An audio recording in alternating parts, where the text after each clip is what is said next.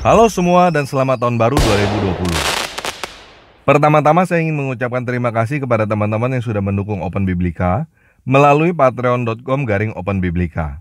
Penguasa kita Yesus Kristus memberkati teman-teman semua. Karena dukungan dari teman-teman melalui patreon.com/openbiblika, saat ini kita sudah bisa membuka lowongan untuk merekrut tim. Jadi pada video ini, saya akan menjelaskan visi misi Open Biblika dan Tanpa Ragi, lowongan yang dibuka, syarat dan cara melamar. Oke, kita mulai aja ya.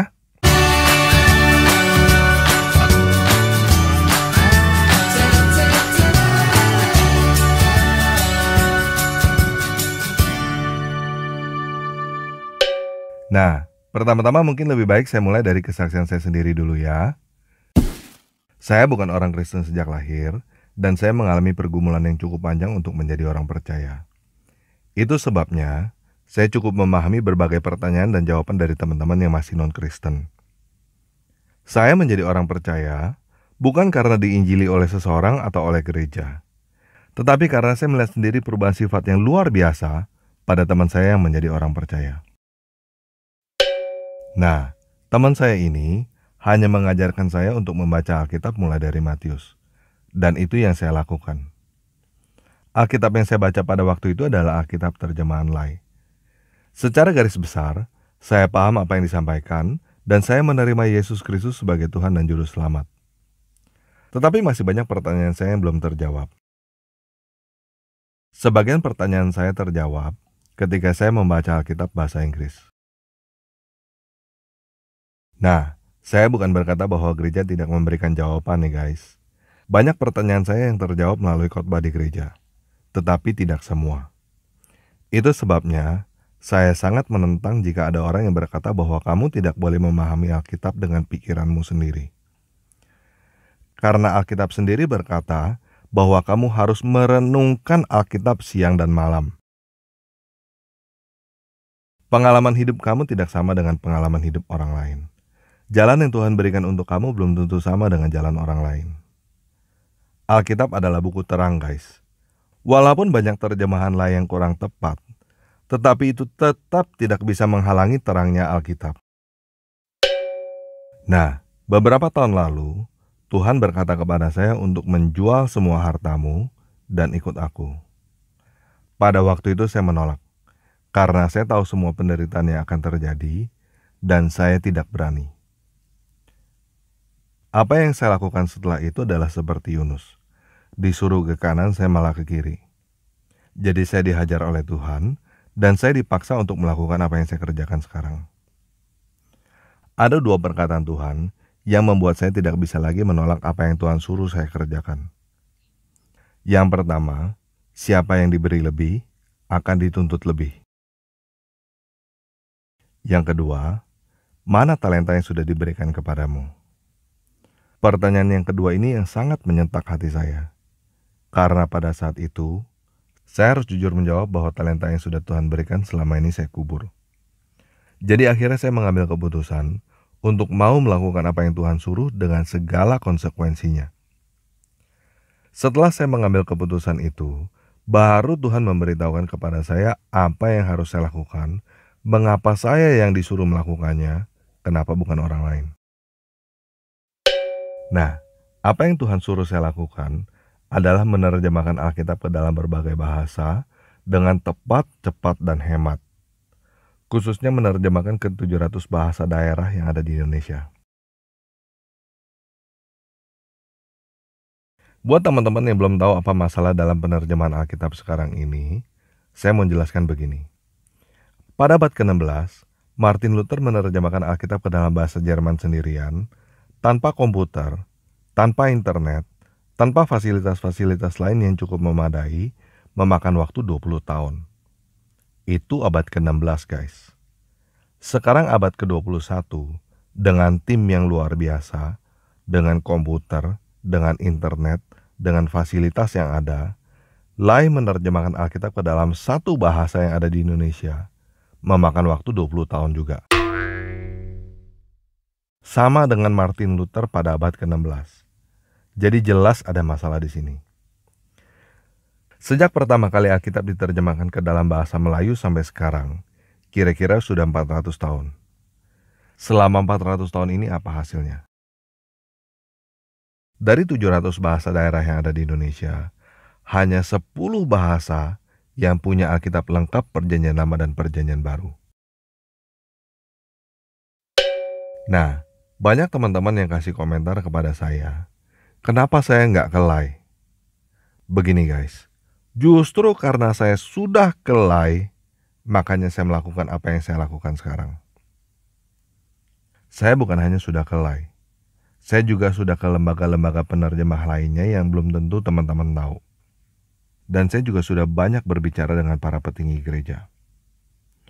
Jadi saya tahu apa yang saya lakukan, apa yang harus dikerjakan, semua kendala yang ada, dan segala konsekuensinya.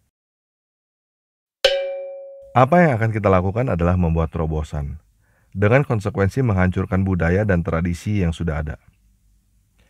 Maksudnya begini, pada abad ke-16, Martin Luther menentang gereja Katolik, menerjemahkan Alkitab ke bahasa Jerman tanpa persetujuan gereja, membuat negara-negara Eropa pecah tidak lagi tunduk kepada gereja Katolik, dan melahirkan berbagai aliran Kristen yang sekarang ada.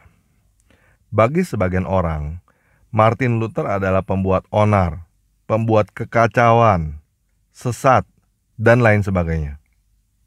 Tetapi karena Martin Luther, Alkitab mulai diterjemahkan ke dalam berbagai bahasa di seluruh dunia. Karena Martin Luther, kita bisa membaca dan mengerti Alkitab dalam bahasa Indonesia dengan bebas.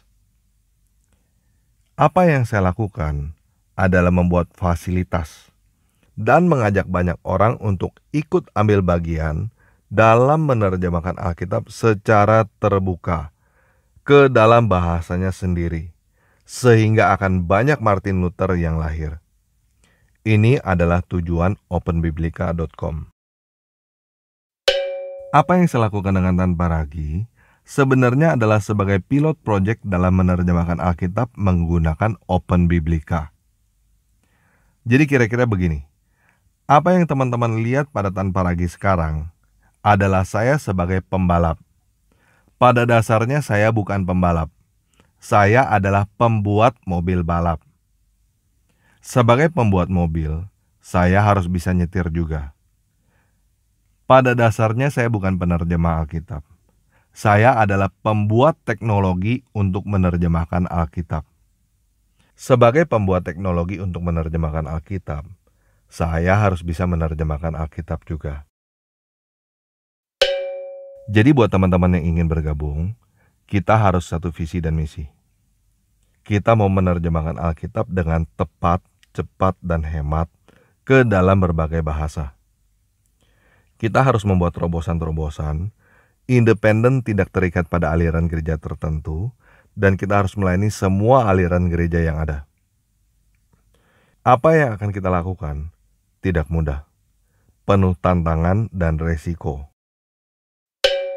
Nah, orang yang ingin saya rekrut adalah orang yang tahu mau kemana, apa yang harus dilakukan, dan berani melakukannya. Beberapa lowongan yang dibuka, yang pertama adalah Project Manager. Project Manager akan mengurus dari A to Z dalam menerjemahkan Alkitab ke dalam suatu bahasa, mulai dari penggalangan dana, perekrutan, pelatihan, penerjemahan, sampai percetakan. Yang kedua adalah Teknologi Developer. Teknologi Developer akan mengurus perkembangan teknologi Open Biblika. Yang ketiga adalah Public Relation. Public Relation akan mengurus YouTube dan sosial media. Jadi teman-teman yang ingin bergabung untuk bekerja, bisa kirim lamaran ke openbiblika@gmail.com. Isinya singkat-singkat aja ya. Yang pertama data diri seperti nama, alamat, dan lain-lain. Yang kedua pekerjaan mana yang kamu lamar, kenapa kamu melamar, dan apa yang akan kamu lakukan jika kamu diterima. Yang ketiga, berapa penghasilan yang kamu inginkan. Saya berharap teman-teman yang melamar tidak melihat ini sekedar pelayanan untuk mengisi waktu, tetapi sebagai pekerjaan profesional dengan target yang akan dicapai. Jadi jangan sungkan, ini sudah menjadi pergumulan saya sejak lama. Dan jawaban dari bos besar adalah seorang pekerja layak mendapatkan upah. Kita akan bekerja secara profesional bagi bos besar kita, Yesus Kristus, yang mengerti bahwa kamu membutuhkan semuanya itu. Oke, sekian video kali ini. Yesus Kristus penguasa kita memberkati.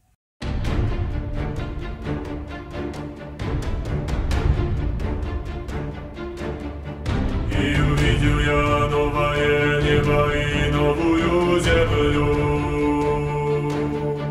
ибо прежнее небо и прежняя земля миновали. И я увидел святой город Иерусалим, новый, сходящий от Бога с неба. Я громкий голос с неба говорящий: все скиния Бога с человеками, и Он будет обитать с ними, они будут Его народом, и сам Бог с ними будет Богом их. И отрёк Бог всякую стезу, стачей и смерти не будет уже, ни плача, ни вопля,